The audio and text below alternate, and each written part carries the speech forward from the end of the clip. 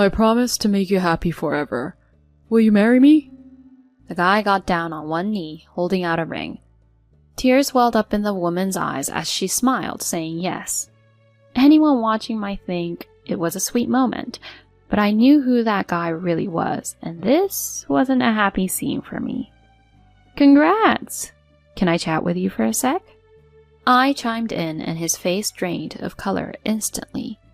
Just a heads up, things are about to get interesting.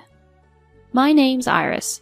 I'm 37 and snap wedding photos for a bridal services company. It's all about catching those perfect moments when couples, families, and friends are celebrating the big day. I've been into photography since I was little and always imagined doing something related to it for a living. I learned about wedding photography at a wedding during high school and was hooked. The idea of capturing those important couple moments was so satisfying. Around then, a friend introduced me to Sean. He was a corporate guy who was into photography too. We clicked, and as we got closer, things just felt right. About a year in, we decided to get engaged. For my 25th birthday, he gave me a bunch of roses and popped the question. I vow to make you happy. Please, marry me. Yes. I was over the moon. We started planning the wedding, and both our families were super excited. Being the new addition to Sean's family, especially since there were mostly guys and all the women were already married, was pretty cool. Sean's mom, Lauren, was a gem. She treated me like her own, and we got super close, even spending weekends shopping and hanging out. Things with them were awesome until our daughter, Maria, came into the picture. After she arrived, something shifted with Sean.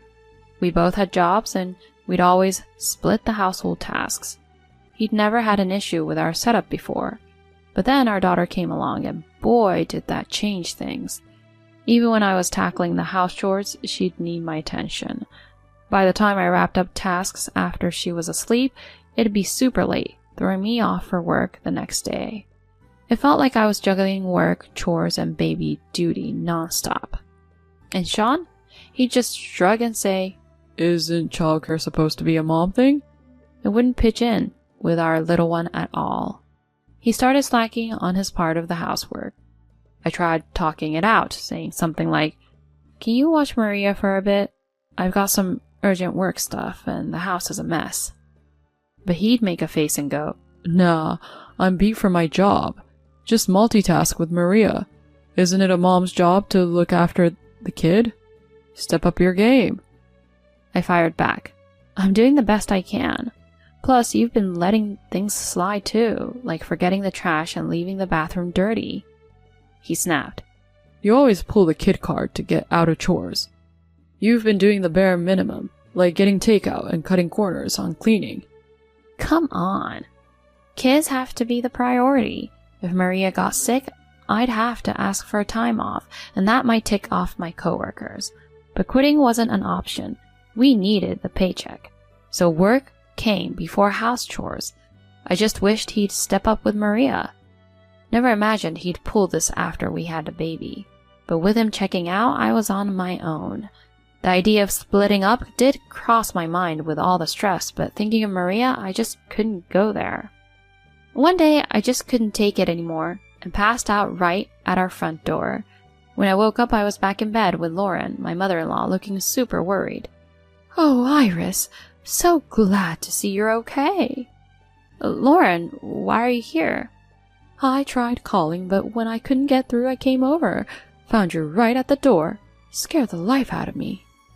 She let me know she'd been looking after our daughter since I blacked out. Tears streamed down my face as I spilled everything about Sean's lack of help with our daughter and around the house. She was livid, calling up her husband. In no time, my father-in-law Mike showed up, apologizing for Sean's actions. When Sean got home, boy, did he get an earful from both of them. I'd never seen them so fired up. Sean just sat there looking like a deer in headlights. After that intervention, he really stepped up with helping around the house and with our daughter. My health improved, and I couldn't be more grateful to my in-laws for stepping in. Things were looking up for our marriage. Or so I thought. Fast forward a few years, and our little Maria was now 10. It was just me and her in our apartment while Sean had been off on a work project for 3 years. Apparently he was the man for the job.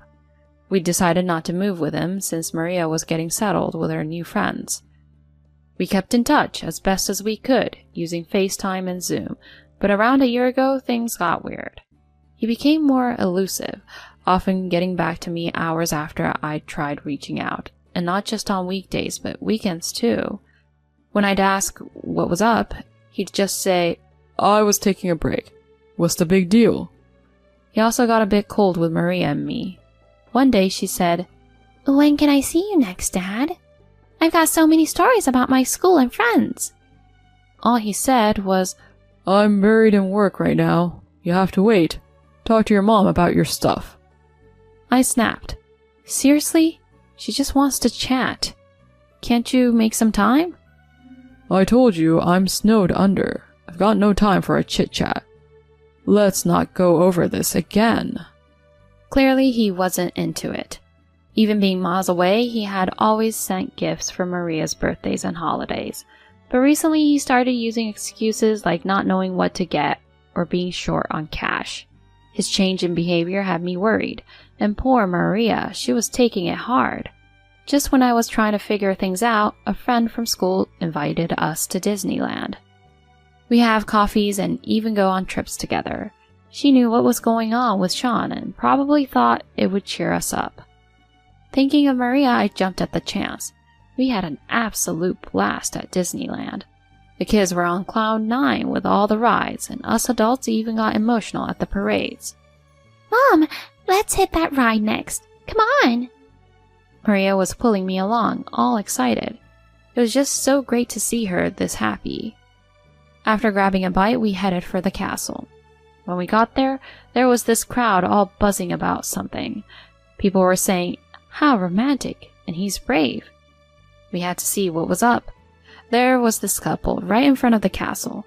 The guy was down on one knee with a ring saying, I want to be right there next to you from now on. I want to make you the happiest person ever. Will you marry me? "Of course. I'm looking forward to our future." Everyone was super pumped about this public proposal. But me?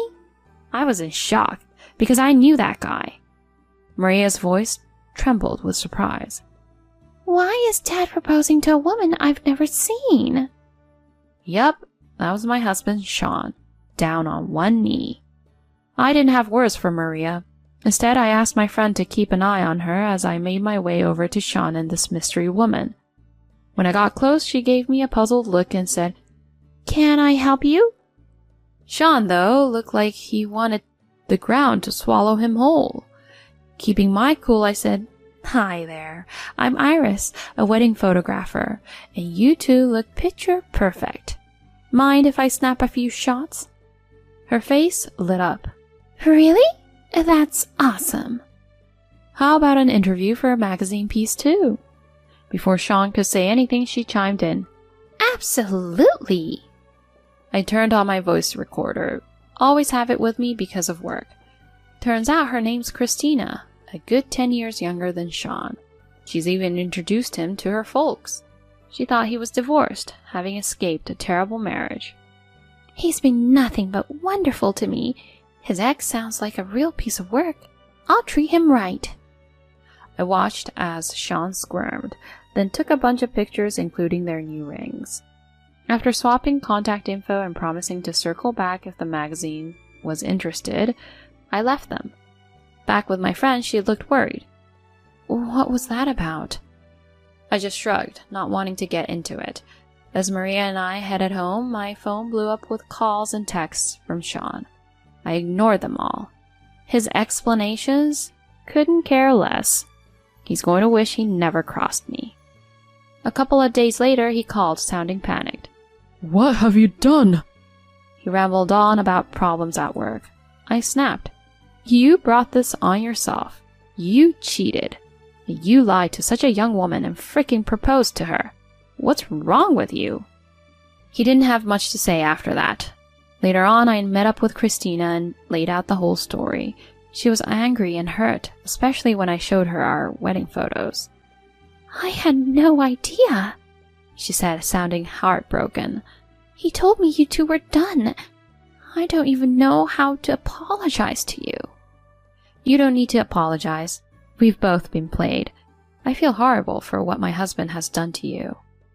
I could not blame her for what has happened. If I had discovered Sean's affair earlier, she might have been spared.